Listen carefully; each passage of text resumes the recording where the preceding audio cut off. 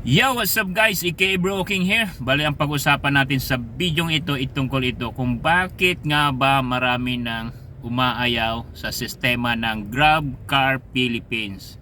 Kung isa kang GrabCar operator or operator driver or isang driver na umaaray na sa sistema ng Grab, or nagpahata ka na ng sasakyan or isinauli mo na yung sasakyan, yan ang ating pag-uusapan sa bidyong ito. Isa-isahin natin ang mga nagiging dahilan or magiging dahilan pa lamang sa mga susuko dito sa sistema ng Grab. Kaya kung ikaw ay baguhan sa aking YouTube channel, welcome, at kung ikaw ay datihan, welcome back and stay tuned.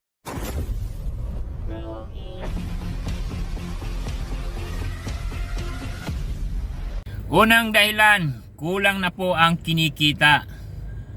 Kung isa kang GrabCar driver or operator driver or operator ng GrabCar Philippines, bakit nga ba kulang na ang kinikita?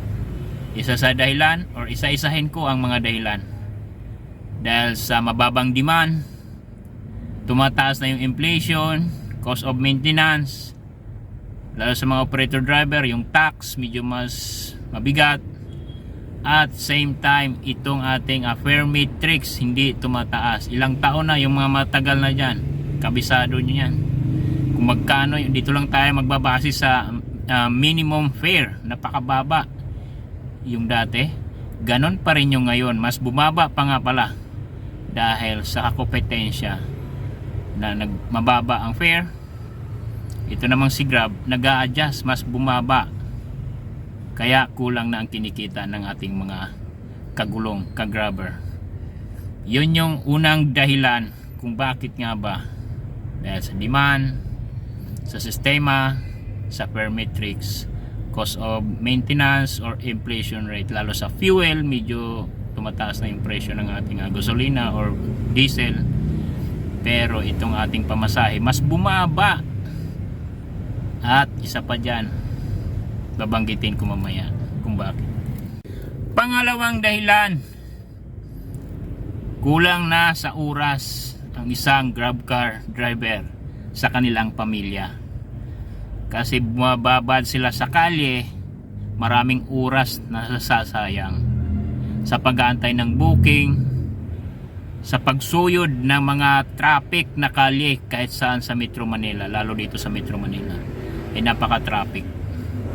At kailangan nilang makaka-boundary or kailangan nilang may pang gasolina man lang, kaya sa haba ng oras na ginugugol nila sa kalye, kulang na sa oras sa pamilya ang isang GrabCar driver or GrabCar operator driver dyan. Kaya isa yon sa inaayawan nila. Marami ng magpartner nag-aaway dahil sa kakulangan sa oras sa usaping family bonding. Biruin mo sa mga nagbablog pa nga ang iba dyan, gumugugol ng oras sa kalye, inaabot yung iba ng 18 hours, iba din 16 hours. Ilang oras na lang pagdating sa kanila or sa kanilang bahay ay matutulog na lang, wala nang bonding halos. Kaya isa yon sa dahilan kung bakit umaayaw na dito sa GrabCar Philippines ang isang GrabCar driver or GrabCar operator driver. Kumbaga, iniba na lang nila ang kanilang source of income. Pwedeng ipahatak yung sasakyan or nandyan pa rin yung sasakyan, pero iniba lang nila yung kanilang source of income. Pwedeng paboundarihan, pwedeng ipasok sa ibang pagkakakitaan ng kanilang kotse or kanilang sasakyan, para lang magkaroon sila ng oras sa kanilang pamilya. Pangatlong dahilan na itong pwede kong tawaging unfair commission rate strategy. Marami nakaka-relate dyan. Sa inabutan ko noon, 20% lang, at yun yung standard, sabi man ng LTFRB, yun yung standard na commission rate na dapat binabawas ng isang PNC or ng Grab. At later on noon, pinaganda. Meron na silang tinatawag na tier. Merong platinum tier, gold tier, silver, member. At kung ikaw ay platinum tier noon, 14% lang ang ibinabawas ng Grab. At kung ikaw ay gold, 17%. Kung ikaw ay silver, 19%. Kung ikaw ay member lamang, 20% kung hindi ako nagkakamali. Kaya marami naghahabol ng platinum tier noon. Biruin mo, ang baba lang ng commission rate or mababa lang yung mababawas sa pamasahe. Unlike ito ngayon, kaya ako nababanggit ng unfair kasi binabago ang sistema pagdating sa commission rate. Biruin mo, sa madaling salita, ito ay tinatawag na effort-based commission rate. Kumbaga nagdepende siya sa layo sa usaping pick up location. Kung malayo ang pick up location, mas mababa lang yung commission rate. Kung malapit yung pick up location, mahal naman itong commission rate.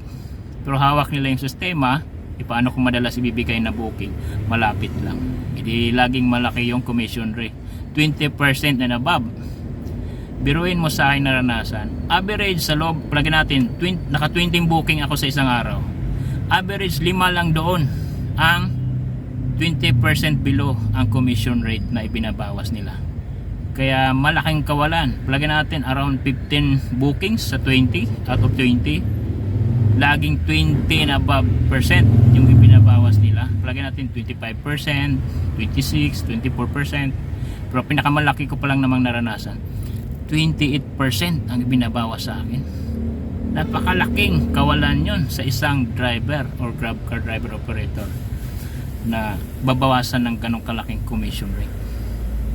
Kahit sabihin natin malapit lang yung pick up location, yung paghatid naman kung saan papunta ang isang pasahero or base sa booking, madalas traffic.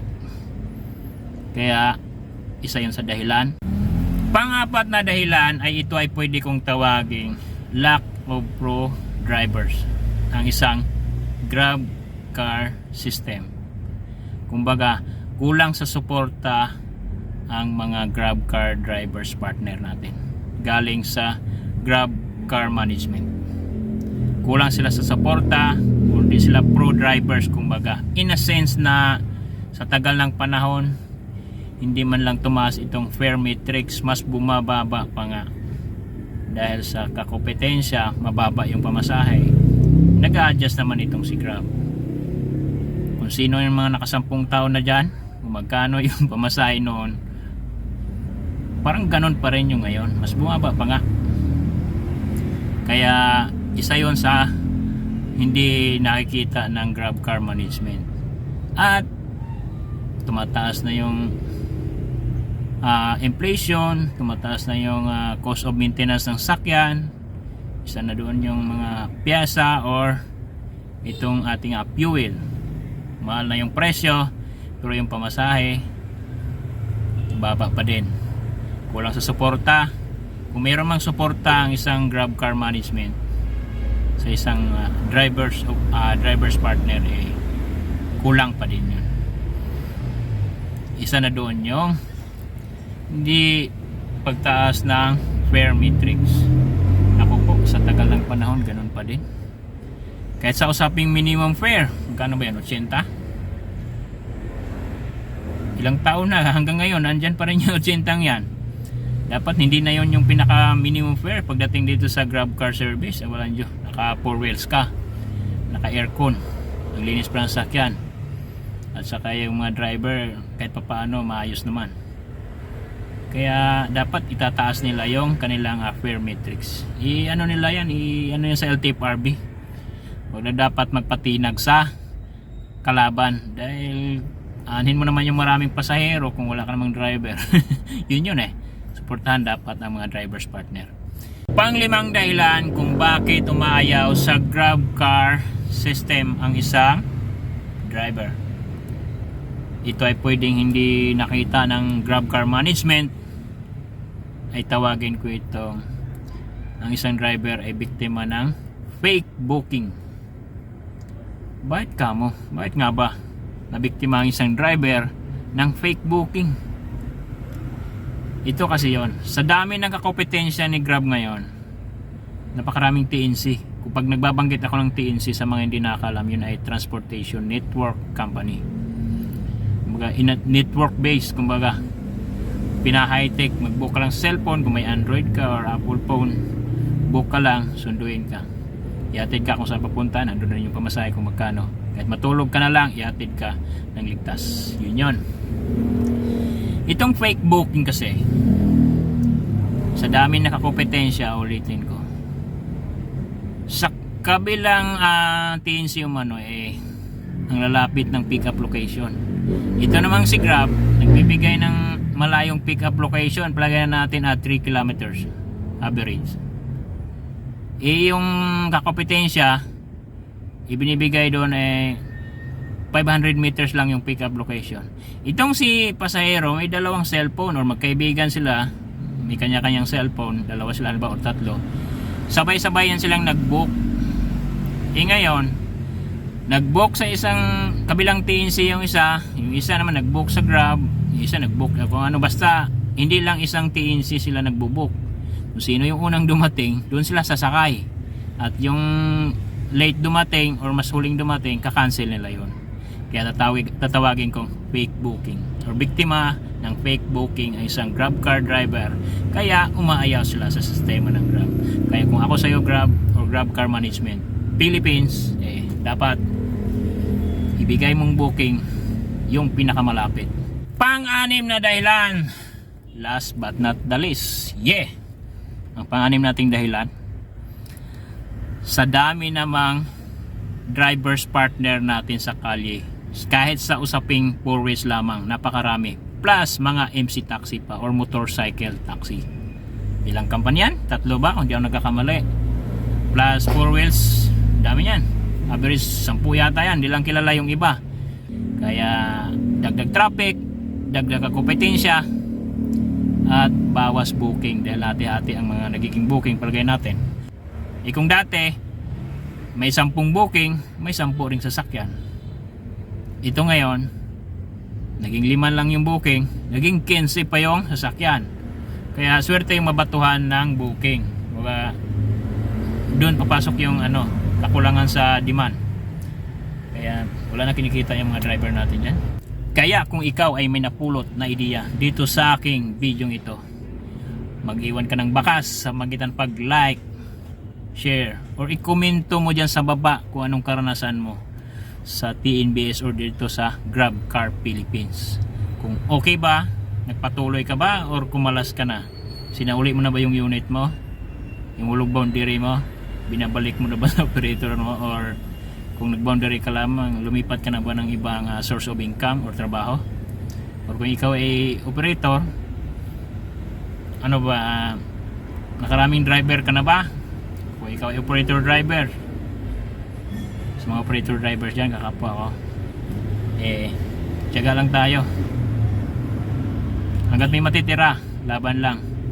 Magdagdag lang tayo ng ibang source of income. Kahit pa paano, masurvive natin ang sistema nating sinasabayan, which is itong Grab Car Philippines or TNBS. Maganda sana pakinggan, yun nga lang,